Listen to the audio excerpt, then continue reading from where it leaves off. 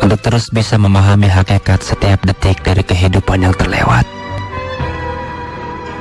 Semoga rangkaian waktu yang sudah Anda lakukan dari hari ke sehari, hingga pada saat usia Anda detik ini, senantiasa menorehkan tinta kebaikan di masa lalu hidup, sehingga kita mampu menjalani rangkaian yang tersisa, tetap berada pada koridor kebaikan.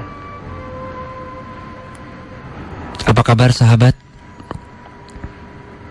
Senang sekali kembali bisa menyapa Anda. Suasana dengan segala aktivitas yang terus kita laksanakan pasti menjenuhkan, pasti melelahkan. Bahkan mungkin sebagian kita ada yang merasa monoton kehidupannya, merasa tanpa arti, merasa tanpa dihargai, merasa tanpa adanya perubahan. Dan sesungguhnya perasaan itu adalah satu kewajaran, karena setiap kita adalah manusia yang tak selamanya merasakan adanya komitmen. Tetapi satu saat pasti futur diri selalu muncul dalam setiap penggalan hari. Lelah diri selalu datang dalam setiap aktivitas diri. Jangankan untuk aktivitas yang memang membutuhkan energi yang sangat banyak, diam saja sesungguhnya lelah. Menunggu saja tanpa aktivitas jauh lebih lelah. Hidup ini memang melelahkan, hidup ini memang menjenuhkan, hidup ini memang sangat syarat dengan berbagai persoalan. Menatap saja lelah, mendengar saja lelah, bicara saja lelah, berjalan berlari, semuanya melelahkan. Kalau kita bertanya, adakah aktivitas yang tidak melelahkan? Coba kita cari. Makan, minum, atau ibadah-ibadah yang lain? Sesungguhnya jika kita mampu menggerakkan seluruh aktivitas tubuh kita, sebuah gerak itu pasti ada konsekuensinya. Kaki yang bergerak lelah, tangan yang bergerak lelah. Persoalannya kemudian adalah yang harus kita bangun bagaimana agar setiap kelelahan langkah diri aktivitas hidup itu memiliki makna dalam setiap detiknya. Mata yang lelah menatap mudah-mudahan menjadi saksi dari kebaikan yang kita tatap. Telinga yang lelah mendengar semoga saja menjadi bagian dari wasilah kebaikan apa yang kita dengar.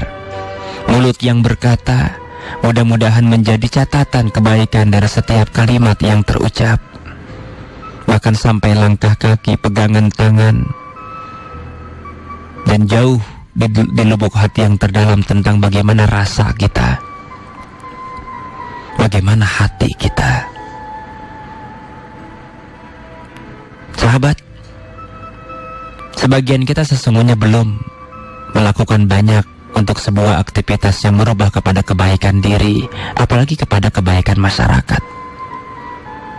Kita melihat bagaimana orang-orang yang terjun ke dunia dakwah, mereka yang mewakafkan waktunya, mereka yang mewakafkan ilmunya, mereka yang mewakafkan pikirannya untuk kepentingan umat. Selain mereka mendapatkan tantangan, cobaan, rintangan, jauh lebih dahsyat daripada kita yang sesungguhnya tak mampu melakukan apa-apa, bahkan belum melangkah, tapi kita sudah merasa lelah. Tapi mereka yang setiap hari berteriak amar ma'ruf nahi munkar, mereka yang setiap hari berkata kebenaran, mereka yang setiap hari melangkahkan kaki untuk menuju perubahan, jarang sekali kita mendengar mereka mengeluh.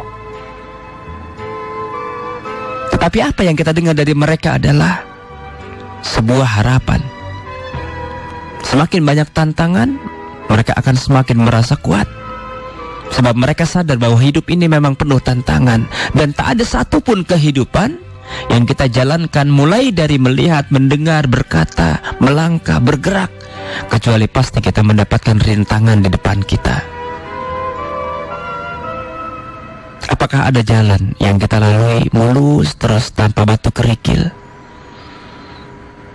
Apakah ada yang kita tatap keindahan terus dengan penuh pesona? Apakah ada kalimat yang kita dengar terus begitu merdu? Tidak. Seringkali kita mendengarkan kalimat yang menyakitkan hati. Dalam waktu yang bersamaan juga kita mendengarkan kalimat yang mempesona diri. Ketika kita melihat sesuatu, ada nampak keindahan begitu luar biasa, terpesona hati kita dibuatnya. Tentang bagaimana Allah menciptakan alam semesta ini. Matahari terbit di pagi hari, kemudian sore hari pun tenggelam. Warna-warni jingga muncul menjadi bagian dari kecantikan alam ini dengan pesona yang luar biasa. Tetapi kita juga melihat kehancuran di sana sini yang tak menggiurkan mata kita untuk menatapnya. Melihat kecantikan, subhanallah, berujar hati kita, begitu indah Allah menciptakan rupa.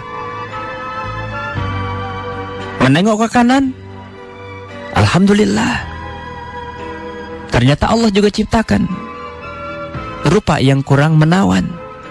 Tetapi bersyukur bagi orang-orang yang mendapatkan kecantikan, mendapatkan ketampanan. Kenapa mereka harus bersyukur melewat sesuatu yang tidak menawan? Karena justru keberadaan mereka lah yang kemudian memperkuat posisi keadaan kita sesungguhnya.